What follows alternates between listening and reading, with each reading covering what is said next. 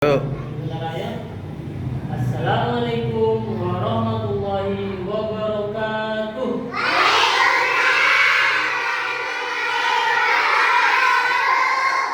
Selamat pagi anak-anak.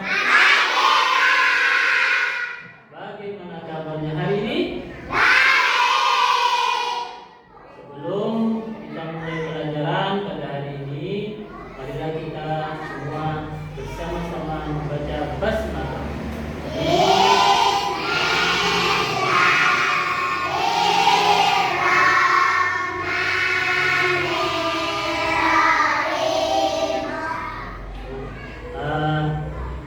Pagi hari ini Bapak akan membacakan sebuah buku cerita.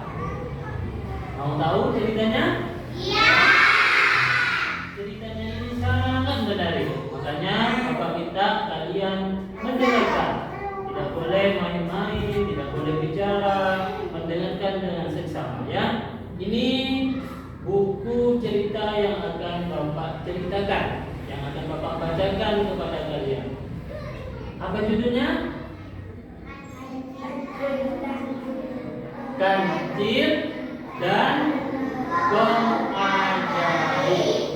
Ya, Kancil dan Gong Ajaib. Buku cerita ini dikarang atau dibuat oleh MB Rahim Sang AR. Ya, MB Rahim Sang AR. Ini yang membuat cerita ini, buku ini ya.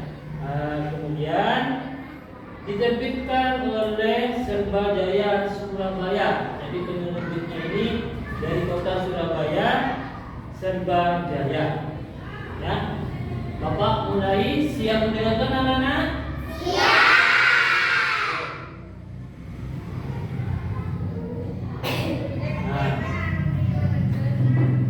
Kancil berlari sekuat tenaga menghindari kejaran harimau yang sekian kali diperdayanya. Sampailah ia di tepi sebuah telaga berair jernih. Sampai di telaga berair jernih. Karena tenggorokannya terasa haus, maka ia minum sebuahnya. Kancil itu pergi sebuah telaga karena haus, makanya dia minum. Segar rasanya badanku, gumam si kancil. Tapi aku harus dapat tempat yang aman untuk beristirahat. Aku yakin harimau pasti masih penasaran dan terus mengejarku. Jadi kancil ini ceritanya dikejar harimau. Kancil berteduh di bawah pohon yang rindang. Dari tempat itu ia bisa mengawasi sekeliling telaga. Jika sewaktu-waktu harimau datang, pastilah ia akan mengetahuinya lebih dahulu. Lanjut. Tak lama kemudian terdengar suara auman harimau. Aum. Kancil jadi resah, kancil jadi takut. Suara auman harimau masih terdengar jauh, tapi tak lama pasti datang menghampiri si kancil. Dalam situasi panik itu, tiba-tiba kancil melihat sarang lebah tak jauh dari tempatnya beristirahat. Nah, sarang itu akan menyelamatkanku, kata si kancil.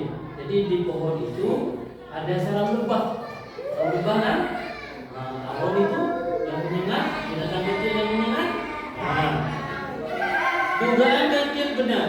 Hanya beberapa saat kemudian muncullah harimau dari semak belukar. Harimau akhirnya datang. Sekarang kau tidak bisa lari kemana-mana, Cil. Mau tak mau kau harus jadi santapanku. Dimakan ya si kancil. Boleh saja, kata si kancil. Kenapa kau duduk setenang itu? Kau tidak takut padaku? Tanya harimau. Jangan berisik, kata kancil. Nanti aku dimurkai oleh Nabi Sulaiman. Aku sekarang sedang menjalankan tugas. Tugas apa, Kancil? Tanya harimau. Lihat, Aku senang menjaga gong surgawi, kata kancil. Gong itu bertuah. Siapa yang memukul gong itu, maka apa yang dikatakan akan dipatuhi oleh seluruh binatang di dunia ini. Itulah sebabnya Nabi Sulaiman bisa menguasai seluruh binatang di dunia ini. Binatang itu kan patuh sama Nabi Sulaiman. Wah, hebat benar tuah gong itu, sahut harimau.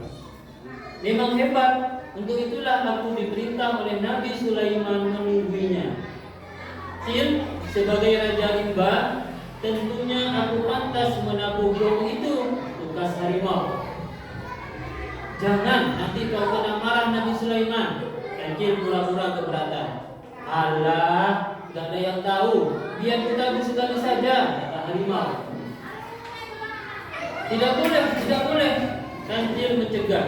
Kalau begitu bersiaplah, aku akan segera menerkammu, memakan kau hidup-hidup, kata harimau. Jangan begitu kawan, kata kancil agak ketakutan. Mau apa lagi kau? Sergap harimau.